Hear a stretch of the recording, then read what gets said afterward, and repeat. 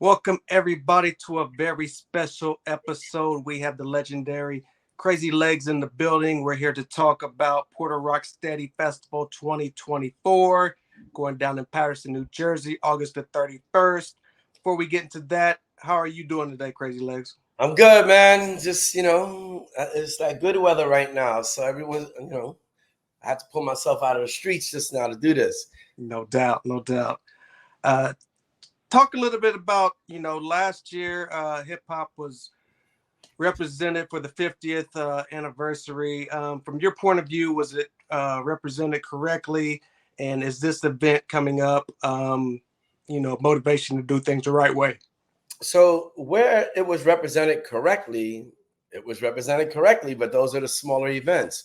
But when it came to the presenters of the bigger events, the big platform, the bright lights, it didn't get the proper recognition that it should have. And I get that they were celebrating the idea of the commerce of hip hop, the record industry, and that's cool, let them live. But when they're spitting that out as the end all definition of hip hop, they're wrong. Um, I always give props to Fat Joe because his show at Yankee Stadium was the only show that had all four elements included in his show. So that was really dope, But in terms of like the presenters themselves, in terms of the way they designed the show, they had there was no there was nothing there. And when it came to the other elements, they didn't do anything. It was kind of whack, on that from that perspective. Right. And you know what else was missing? A lot of the real lyricists from the 90s, man. Where were they? Why wasn't there a platform that really featured all that greatness in the 90s, which can easily be considered like the jazz era of hip hop, because you had so many different variations of rap music being put out. So from conscious rap to gangster rap to uh, Daisy Age kind of stuff, you Right. had so many things going on, and then you had the people who were the wordsmiths. They were most of them were wordsmiths anyway. But you also had that West Coast vibe. we were dancing. You could go somewhere and listen to Luke. You know, Right. bass booty music, all that shit. Right. So I think there were a lot of things that could have been incorporated. So for me, my response is create instead of create over hate. I don't need to like put them down or anything, because at the end of the day, a lot of people, you have 57,000 people in that stadium having a great time. And that was still dope. And it was an absolute honor for me to be on that stage in Yankee Stadium because that's where I wanted my career as a child to start. I wanted to play for the Yankees. It was either that or I wanted to be, a boxer. But both cost money. And the thing is, for me to end my dance career where I really wanted to have a career in the first place was pretty interesting. Right. So, talk a little bit about this year, the process of putting something together on such a large platform. Take us back to the process and a little bit of inspiration that said, "Hey, I'm going to bring this to Patterson, New Jersey this year." Um, I was reached out to by a friend of mine named Baye Wilson, who used to work with the Lincoln Park Music Festival, and who is a Patterson native, but is now working back in Patterson. Him and his partner did a raise, and they put 100 mil into the stadium and renovated Hinchcliffe Stadium in Patterson, New Jersey. And him and a brother by the name of Darnell, who owns a restaurant called D Carbone in Hawthorne, they had a discussion. They were like, "Hey, why don't you get Crazy Legs to do something here?" And because I had a history with Baye in doing the Rocksteady anniversary in Newark, that also like it's. I think that the Lincoln Park Music Festival was built off of the backs of Rocksteady anniversary. I can stand to be corrected, but I think the Lincoln Park Music Festival really blew up after we left. Because we brought a crowd there. We brought something that wasn't really happening there on a regular basis. So they put their trust in me to pull something off. And the process has been very, very crazy. I mean, not only are we doing this for the next several years, but we're gonna, first of all, this one will be, like I said, my response to last year's celebration and what was, I'm going to try to fill the void of what was missing. I want people to walk out saying, yo, that was culture. Like, that was all that shit I grew up on. And it was just good vibes all around. And, but next year, no, actually, let me not even move too fast, because we're involving tech, augmented reality, metaverse, AI. We're doing a lot to make sure that we're doing the presentation is done in a relevant way, because there's a lot of young people who are moving differently because they grew up learning different technologies. So if we could present some of these legacy artists with or do something that enhances who they are, what they're about, and incorporate that tech, it'll be a great thing. Even from the perspective of us doing a photo exhibition. We have this. We're getting a geodesic dome, like a 360 geodesic dome, that will be having a loop of different kinds of content within this dome throughout the day.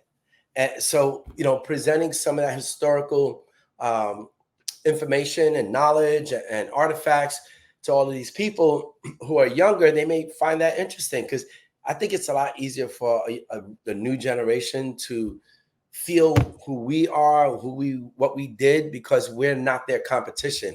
Right. Now it's like, oh, whoa, that's the OG shit. Let's see what that was about. Their curiosity for information may bring them to say, hey, I'm gonna go check this out. I'm an old soul anyway. I like all that old shit. But at the same time, they can like the new stuff too. So we're doing things like that. We have a health and hip hop situation happening where leading up to that day, we're going to be giving out about, the total will be about $250,000 to $300,000 worth of goods going into the communities. We did one already at Hinchcliffe Stadium in April, gave away around $112,000 worth of goods to local people. And we also are doing one on Hope Day in Queens at PS 52.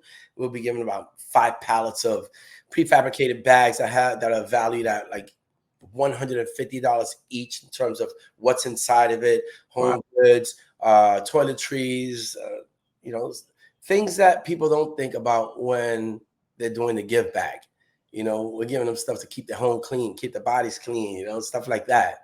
And but on the day of, actually, so we're doing a few of those leading up to it, but the day of, we're trying to encourage young people, maybe seniors in high school to college students who need transportation, to come and get that transportation, by bringing an elder in or someone from the community who needs a health checkup, to get checked out in the daytime at the stadium. And those young people will walk away. The first 50 will walk away with a mountain bike that they can use to go back and forth to school with.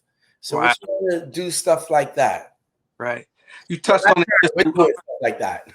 Yeah, you touched on it just a little bit. Can you explain exactly what the Health and Hip Hop Initiative is?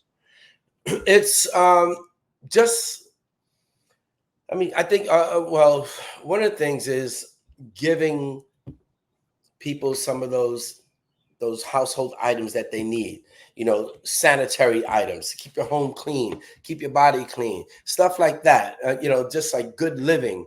And then there's, like I said, the idea of having on-site checkups for these people. And we're even talking to some nurses who may be willing to volunteer X amount of follow-up visits and stuff like that for these people that they check out that day.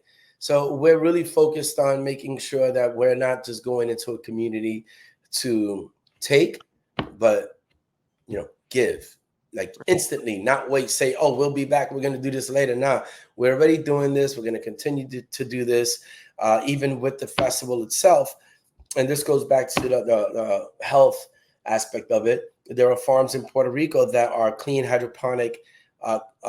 organic hydroponic farms that could use assistance. And because it's harder for them out there. So we'll make donations to farmers in Puerto Rico. We're also going to contribute to the arts. Anyone knows that the arts definitely helps you mentally, and being able to express yourself is important. We're making a donation to another organization in Houston called Break Free. They teach hip hop. They create scenarios for kids to come in and learn things that will be useful to them in their lives. And the way we're raising the money for that is when people buy these tickets on checkout, they will see a 2% surcharge on it.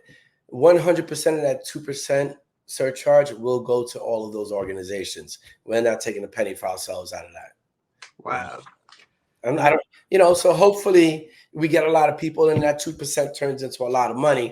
And the good thing is, we do those payouts immediately. There's no, I'm the red tape. So I'm the easiest part of the whole thing.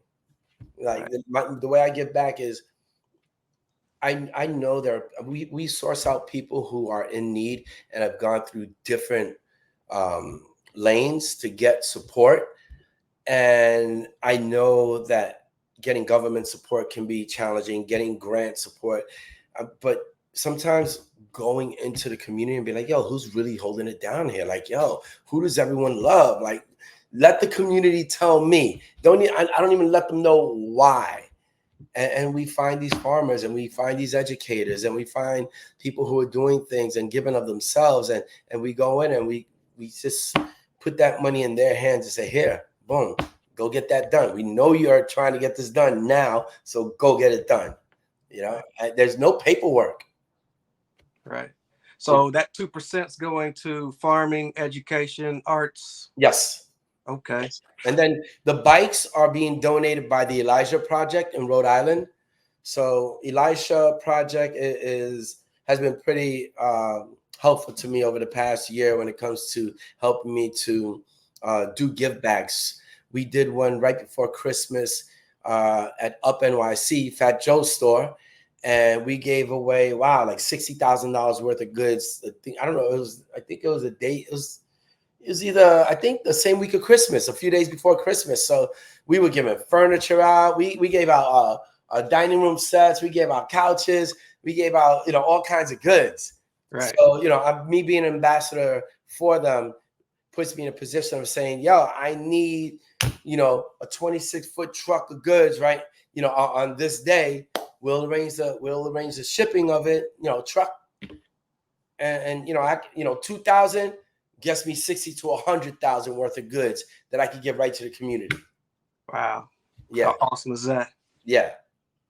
Talk a little bit about the selection process of who Crazy Legs seen representing this event coming up in August 31st. The election?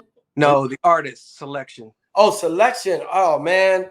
Oh God. Let me I may have to bring that up over here because I don't want to get anything wrong. So yeah, the artist, again, it goes back to me trying to make sure that when people leave, they're gonna be well entertained, but at the same time witness true lyricism. So I'm in the process of hopefully this week, locking in our headliners. But even with that, we have Destroy hosting, who's on Shade 45, Russell Peters International comedian / DJ hosting as well with Destroy. Big Daddy Kane, Jungle Brothers, Furious 5, The Lost Boys, Lords of the Underground, Thurston Holla III, Moni Love, Gorilla Nems, Craig G, Rozelle, Supernatural, Soul Sonic Force, DJs like DJ Breakbeat Lou, Jiba Pro, Taleen, Scheme Riches from Philly. We're gonna have a live graffiti exhibition happening.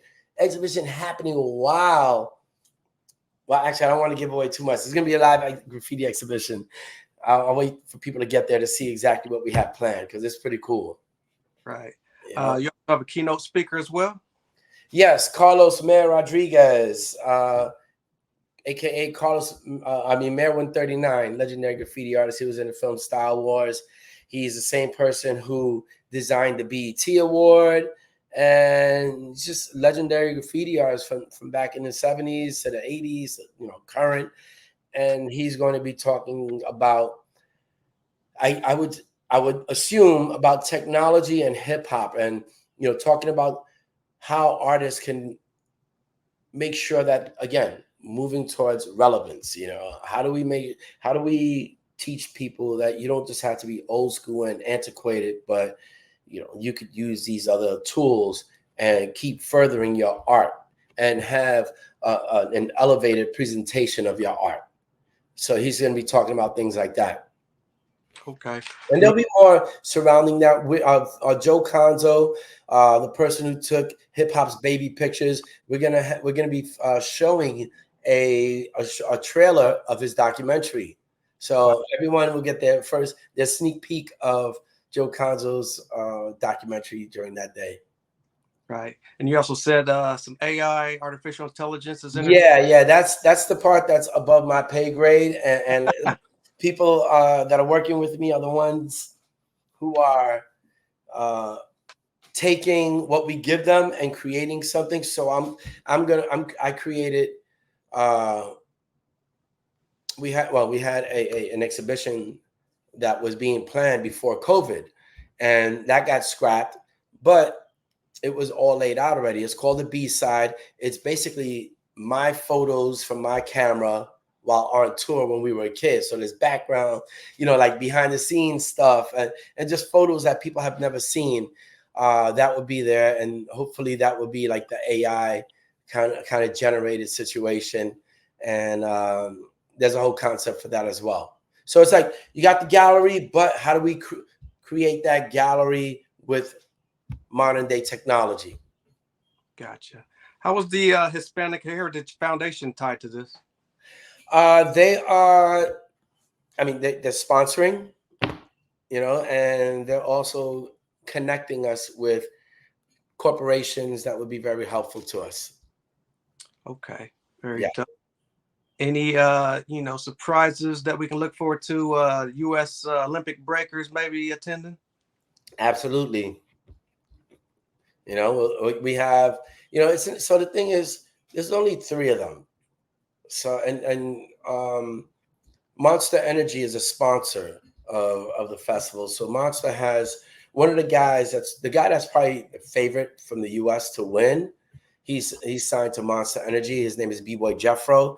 And so, whether he wins gold or not, we're gonna do a nice welcome home party for him and whoever else wants to be a part of that, because there are a lot of people who really worked hard and didn't qualify but are amazing talents, and we'd like to celebrate them. We'd like to give them, the equivalent of what would be a homecoming parade. Right. Because look, here's the thing. Breaking is not going to be in the Olympics in 2028. So there's not going to be a vested interest in the Olympics to maintain the relevance of these dancers. So it may be up to us as a community, because maybe breaking goes back in 2032. We'll see. But I think we should continue to celebrate these people who are on that path. But with respect to the idea that, fine, that's a world stage and that's cool. But just like basketball being in the Olympics will never be the NBA. So right. We have to make sure that the Olympics doesn't replace the homegrown productions that happen and produced by the people from the culture. Right. And that's why even this year, our motto is from by the culture.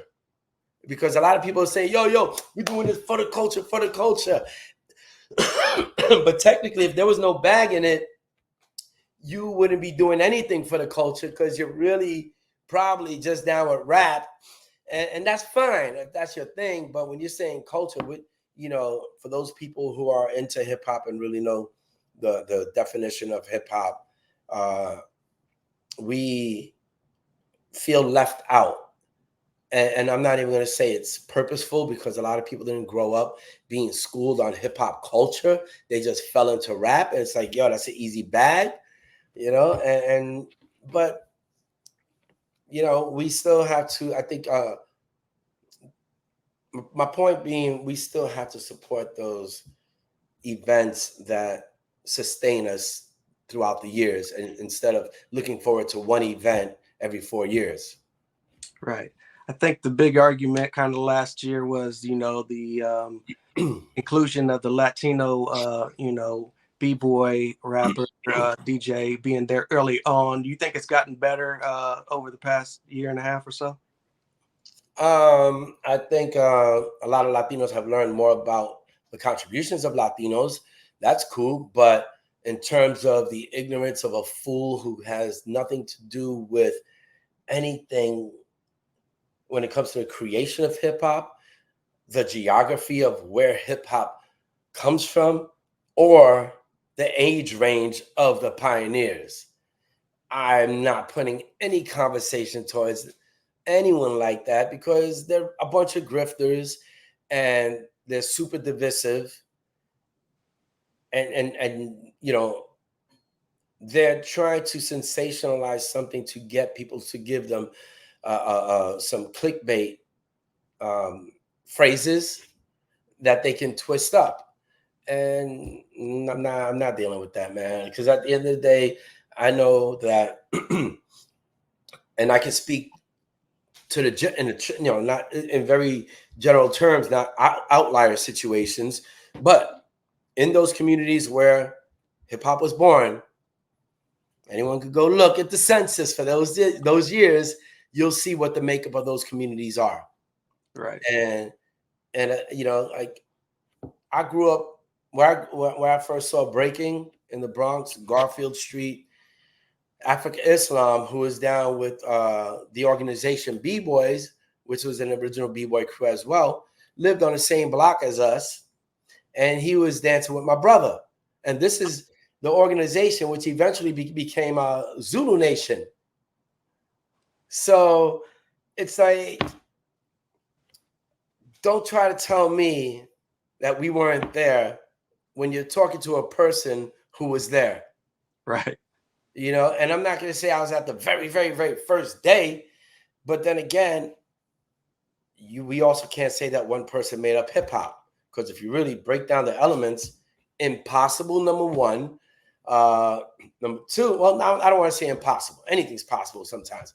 But if you look at if you're looking at the practitioners of each element, and then you start saying, okay, well, who are their peers? You'll start to see that no one person is a peer in each and every element.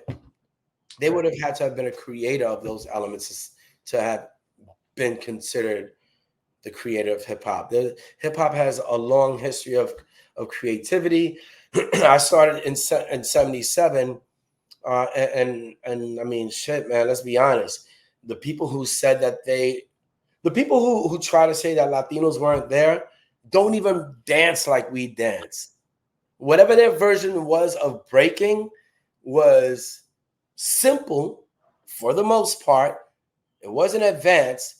And when I spoke to what's his name? DJ Clark Kent, who is down with Kool Herc, he said, Legs, we were all trying to imitate James Brown. And then eventually, yeah, I get that, the splits and all that stuff, certain top style dancing, but I've only seen like maybe one person or two people out of all of the people who claim that they were a pioneer actually demonstrate on the floor anything close to what I do. So, sometimes you got to have receipts. If you're gonna be that much of a big mouth, bring the receipts out. Show me, because I can look at you and I can see you catch wreck, or I can see you try to catch wreck, and I can tell if you're trash or not. And I could tell if you did anything of an advanced nature. Right. So if we're talking, like, if somebody's trying to say, oh, Lay's got that from these people on this day. Okay, show me one person who danced like me from that day. No one. The only DST, and a brother named Beaver were the only two people that I've ever seen hit the floor who came from maybe 2 years before me. Right. Wow. Exactly.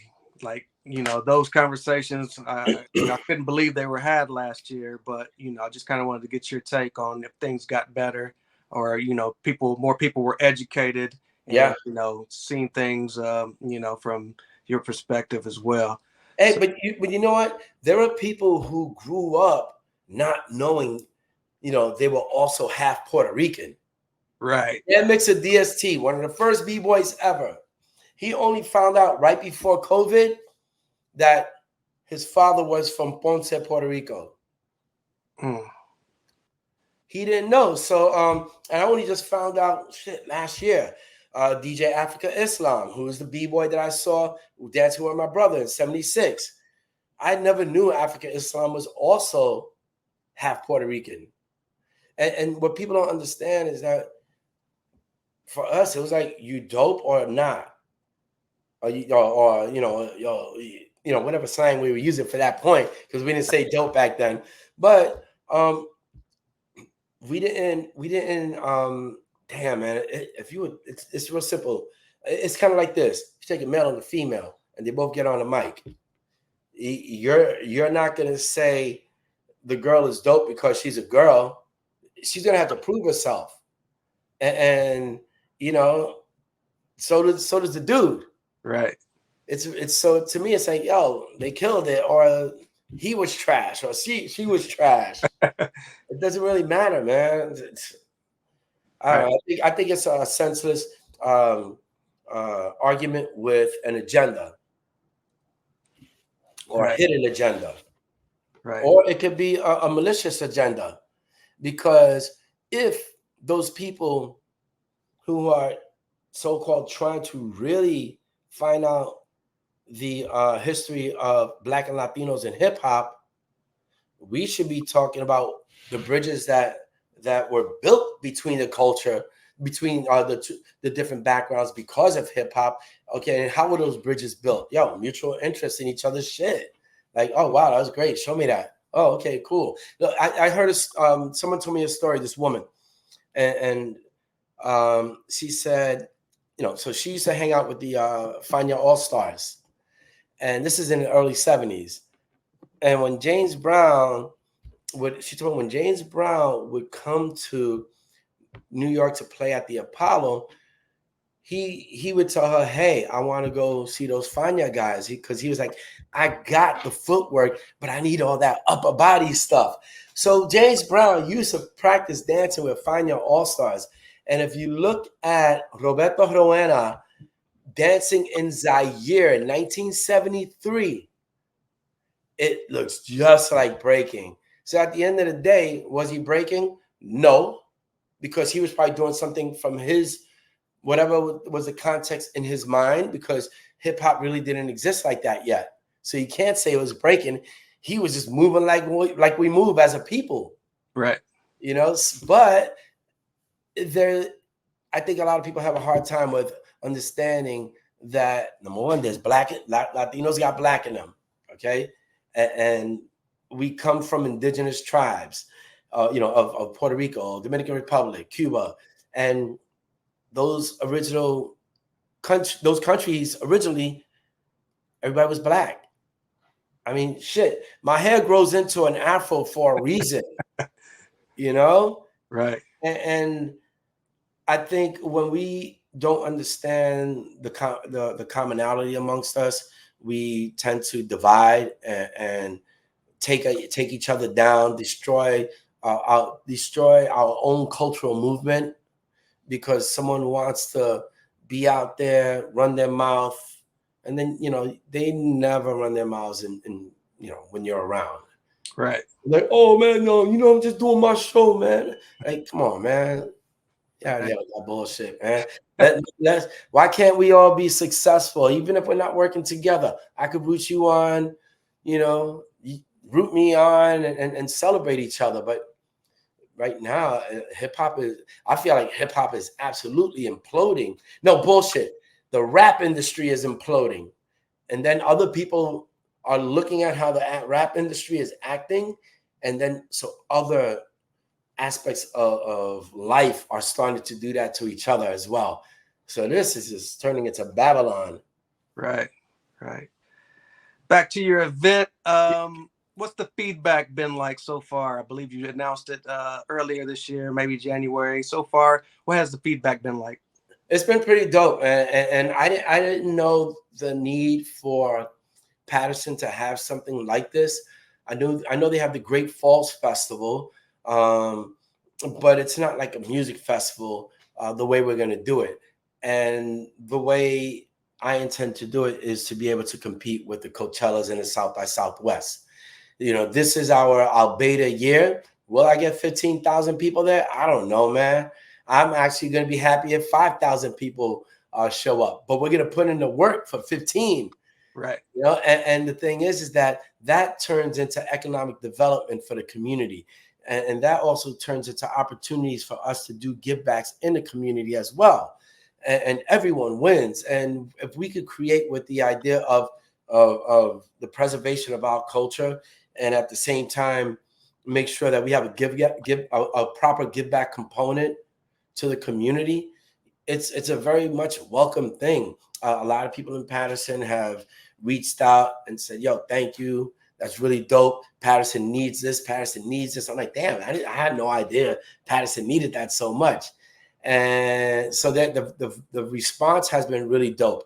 And the other thing is, even on the New York side, people who are from New York, no one's blinking about going to Patterson. They're like, "Yo, where is it? Oh, word? How far? Okay, cool. I'm gonna be there." So I haven't heard anything about people complaining about any distance or anything like that. Very dope. For those who want to know, where can the tickets be purchased at? They can go to prsfest.com. What kind of separate, you got packages? What kind of? Yeah, we have multiple packages. You know, we have three tiers. So there'll be a general admission. And actually I gotta read that to to figure everything out. But there's having access to the geodesic domes and the experiences in the daytime. There's VIP packages. But I think the most important thing is if you look at what people are charging for festivals, if their base price is 600, like who wants to really pay that? Who really has the money to pay that? Who loves hip hop, like real hip hop? So we're making it very accessible. I mean, we're not even a quarter of what other people charge for their base tickets. Right. But and we hope to, like, the intention is to remain like that, remain accessible to the community. And we can only hope that the community, puts things in perspective when they're looking at these prices and be like, okay, that's fair. That's fair. I may not have it, but that would be fair if I still had it.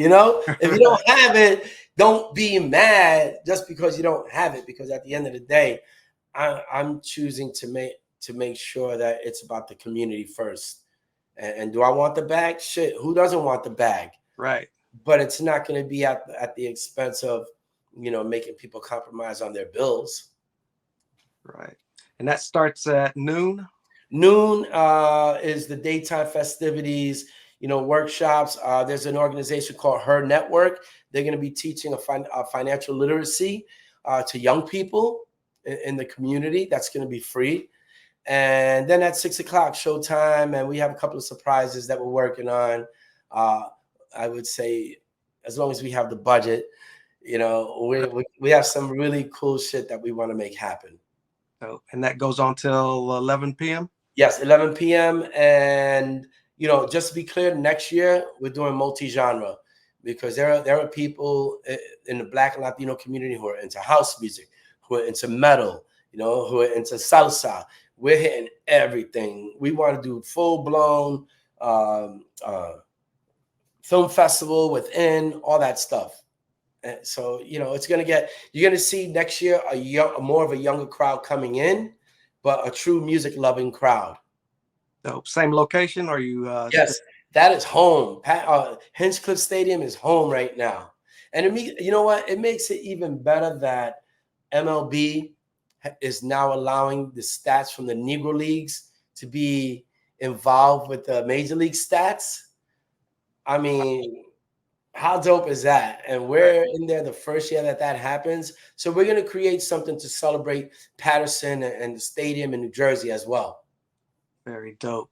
Oh, wait. And we're going to have some National Hip Hop Museum inductions on stage. And that's you talking about from the Washington? Yes. Okay. Okay. Yeah. Yeah. Dope. So, they're a partner. AllHipHop.com is a partner. Like I said, Monster, Hispanic Heritage Foundation, and Light Ticketing is our ticketing partner. So, yeah. Very dope. Outside of this big festival, what does Crazy Legs got going on right now, and what can we expect from him in the future? I'm part of a tech deal called Moti App.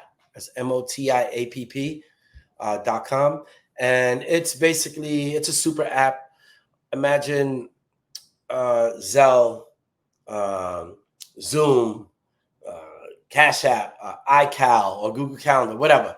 All these things rolled up into one, so that people don't have to be jumping across different platforms to do one thing. If you're trying to book me, say, hey, Legs, I want to get a consultation, you can go on Modi Chat and look up my calendar, check for availability. You already know what I charge per minute. And it's going to, so that's going to be great for like lawyers, doctors, telemedicine, things like that, tutors. And the thing is that where our approach is making sure that whoever the professional is, they're getting most of their money. We're only taking a very, very small percentage because we want to be different. And again, it's the same idea as how we're approaching the festival. Let's create something that's accessible. For instance, there was someone did research on there's an app called Wizen. Wizen is a tutoring app, probably the biggest tutoring app in the world. So we found out that this one teacher who worked there could have made $16,000 more during that particular year if they were on our app. Wow. Yeah, that's a big difference. Absolutely. Yeah, we're talking a brand new kitchen right there. What's the status of this app? Is it already available? It is available. We just made the desktop version available. So Google Play, Apple. Wow. Very dope. And you know what's dope about it is that, of course, investing is open to everyone, but we made sure that we reached out to Black and Latino investors to make sure that they're in the loop of what's going on, to be in on the ground level of this. Okay. Yeah. Dope. Crazy Legs, thank you for everything you've done for the culture. Thank you. Thank you, like I said, for this festival coming up. For the people who want to know, where can they find you on social media and also the festival? Crazy Legs BX, and then the festival is prsfest.com. And let me see, August 31st. Get your tickets. Any last words for those supporters who've been out with you since day one? No one does it alone. And thank you for always being there, from the crowd to the people working behind the scenes. A lot of people like to give me a credit for a lot of things, but nobody moves alone, man. I don't care. It would be impossible to do it alone. So I really appreciate everyone who has my back and is part of the process. No doubt. Big shout out to Darlene for making this happen. Yeah. No doubt. I am journalist Sin-seer. That is the legendary Crazy Legs. Thanks again, Crazy Legs. Thank you. All right. Peace. See ya.